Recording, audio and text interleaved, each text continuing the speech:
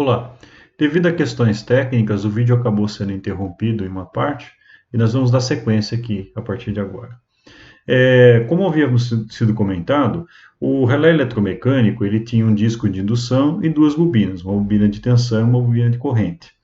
O ângulo, o torque desenvolvido nesse disco dependia do fluxo das duas bobinas e do ângulo entre a tensão e a corrente. Existia um ângulo em que esse torque seria máximo, ok? Para permitir que o plano pudesse ser ajustado, o plano de atuação do relé, foi criado um conceito de um ângulo alfa. Esse ângulo alfa era uma característica construtiva do relé, variando a impedância da bobina, a posição de montagem, entre questões realmente construtivas do relé, você podia mudar esse fluxo e aí dessa forma o ponto onde ocorria esse torque máximo poderia ser modificado. Tá? Então, nesse caso, não exatamente aconteceria no zero, poderia acontecer em qualquer ângulo, dependia de característica construtiva do relé. Por isso que esse ângulo era também chamado de ângulo característico do relé, porque era uma característica construtiva do equipamento.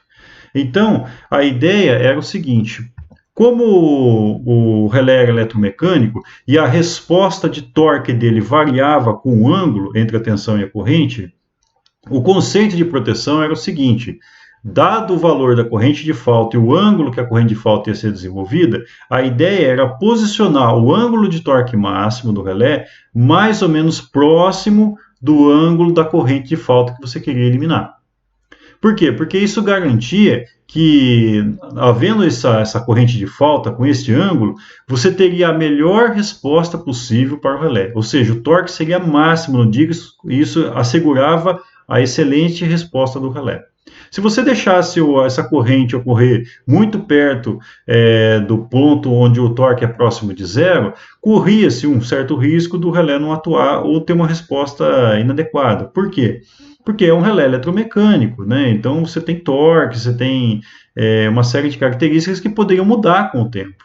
Se você posicionasse, então, esse ângulo de torque máximo exatamente na direção da corrente, a força seria máxima, né? O torque seria máximo que o relé ia desenvolver. E isso assegurava a resposta ideal. Para a gente conseguir isso, a gente se valia de vários recursos. Um deles é exatamente criar uma série de conexões de TP com vários ângulos de polarização para permitir uma série de valores de torque, né, de ângulo de torque, e achar a melhor combinação possível para o cenário que você tinha na mão. É por isso que tinha aquela grande variedade de conexões. É para dar várias possibilidades de combinação para o projetista poder posicionar da melhor maneira possível. Tá? Então, olhando aqui no slide que nós temos agora, vemos ali a corrente de falta aí, em vermelho, né? E você vê o ângulo de torque máximo. Isso é o conceito de se ajustar um relé desse tipo. Ajustava-se a tensão de polarização, escolhia-se o ângulo alfa, né, do torque máximo do relé, de uma forma tal que o vetor do torque máximo ele ficava mais ou menos alinhado, se possível até alinhado mesmo com a corrente de falta que você tinha.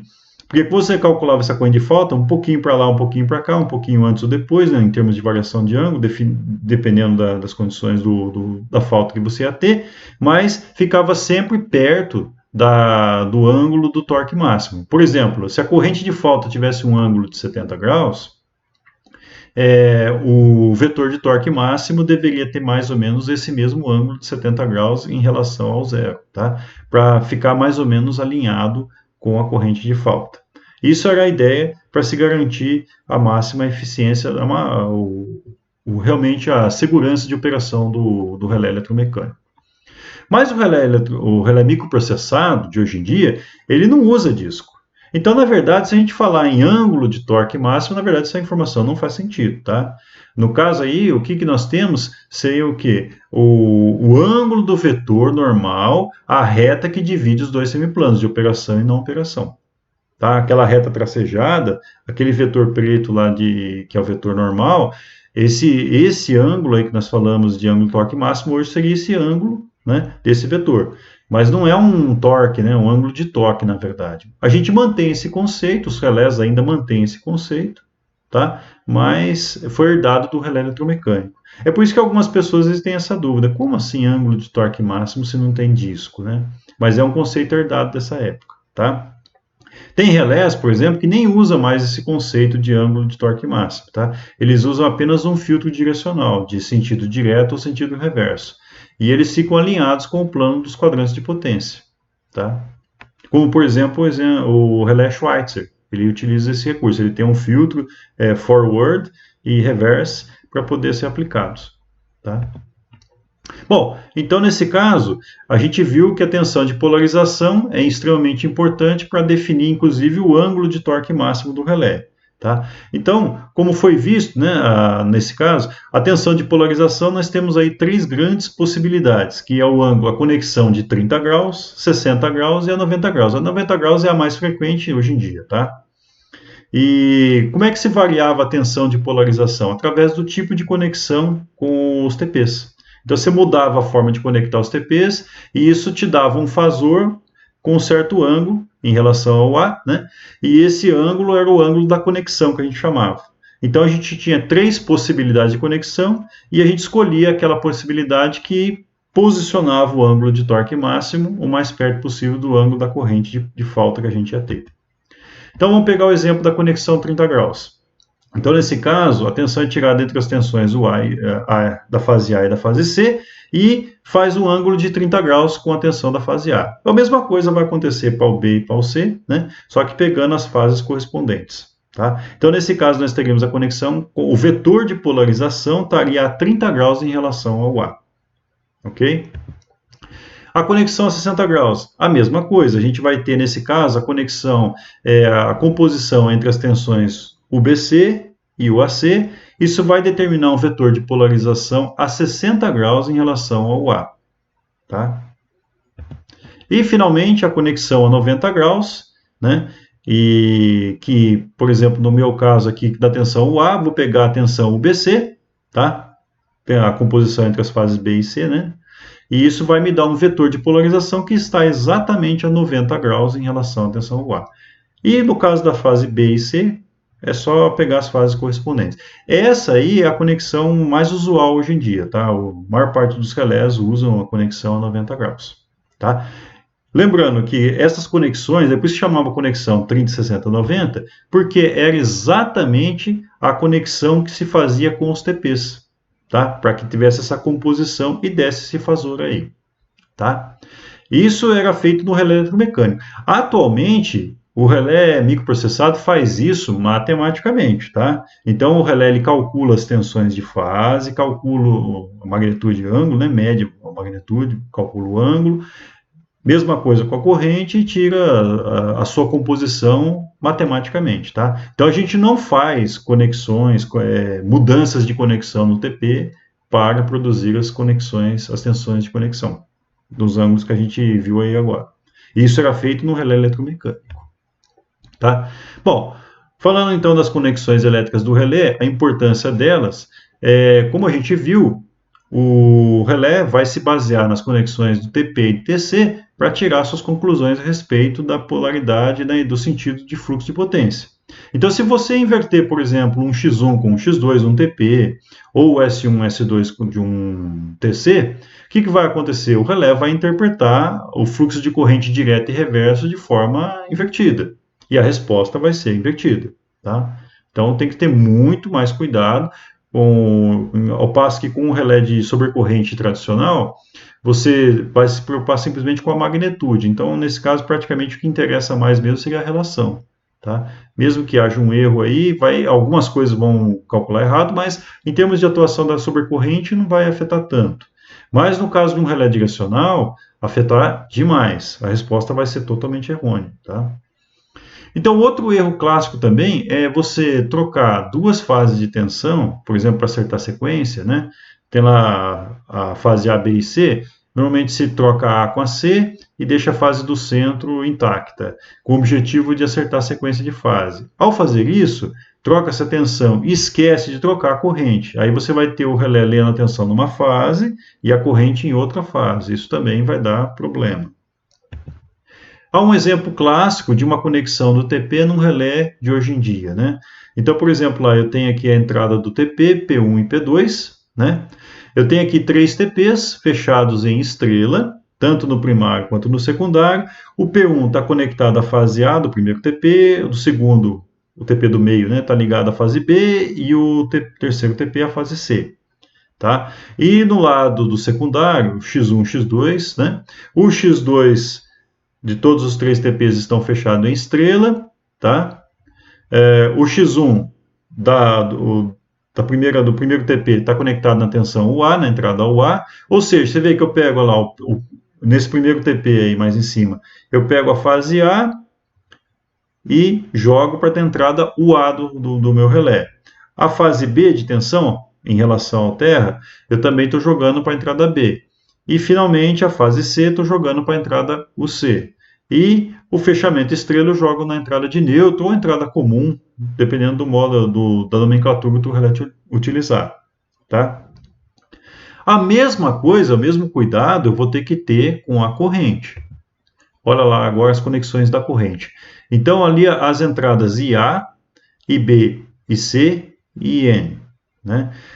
Na fase A, eu tenho o P1 do TP virado para o lado da concessionária. Tá? Isso aqui seria um exemplo. Tá? É possível o contrário também, mas tem que se adotar uma convenção. Mas nesse caso, por exemplo, eu estou com o P1 voltado para a concessionária, é uma conexão bastante comum fazer isso, tá? E o P2 voltado para o lado do consumidor. Os 3 TPs estão da mesma forma. Então eu pego a corrente, no primeiro TP, a corrente da fase A.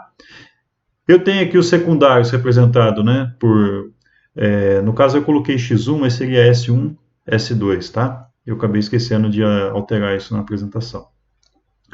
Então, no caso aí, por exemplo, a saída do meu enrolamento, estou entrando na entrada do relé, que seria o IA, tá? A entrada do relé. Você vê que a entrada de corrente do relé tem sempre 2 polos, ele entra de um lado e sai do outro, tá? Normalmente o relé identifica a entrada dele com um pontinho, como está indicado aqui na minha apresentação, mas também é comum usar letras como K e L, por exemplo.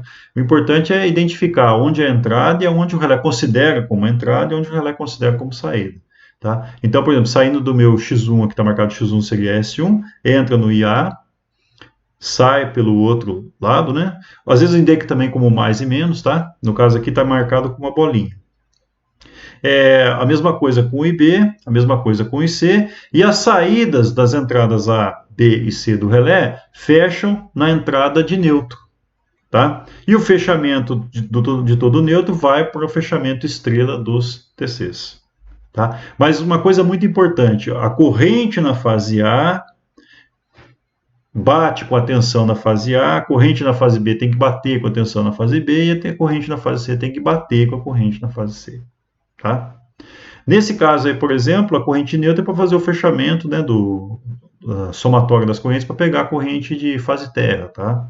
Mas assim, no caso da função direcional, não é o X a questão, porque aqui é são direcional de fase. Tá? É só simplesmente para fazer o fechamento das conexões em estrela, do TC, uma conexão que é usual aí, fazer o fechamento residual passar pelo elemento de neutro. Ok? Bom, seguindo aqui para a gente completar, eu tenho aqui um exemplo onde eu tenho um relé onde a tensão de polarização é 90 graus, tá? E no caso, o ângulo de torque máximo também está 90 graus. Então, nesse caso, pegando aqui a tensão UA estaria no 0 grau, A tensão de polarização está a 90 graus dele, ok? Se eu considerar que o ângulo de torque máximo setar no relé, o ângulo de torque máximo para 90 graus, eu vou ter o meu vetor de torque máximo aqui, exatamente, que é esse vetorzinho preto, exatamente alinhado com a tensão UA. Então, isso quer dizer que todo o semiplano de operação do meu relé, ele vai estar perfeitamente alinhado com a direção de potência direta. E o semiplano de não operação vai estar totalmente alinhado com a direção, com a potência reversa. Ok? Isso aí, por exemplo, eu considero como uma situação ideal para, por exemplo, quem vai trabalhar com cabina, onde você tenha uma geração distribuída. Por quê? Porque você vai estar contemplando toda a faixa de corrente desde o ângulo zero, que seria o caso de a injeção, né, com fator de potência unitário, até o caso de totalmente capacitivo a totalmente indutivo. Ou seja, você varre toda a situação, né, do plano de operação direta ou reversa.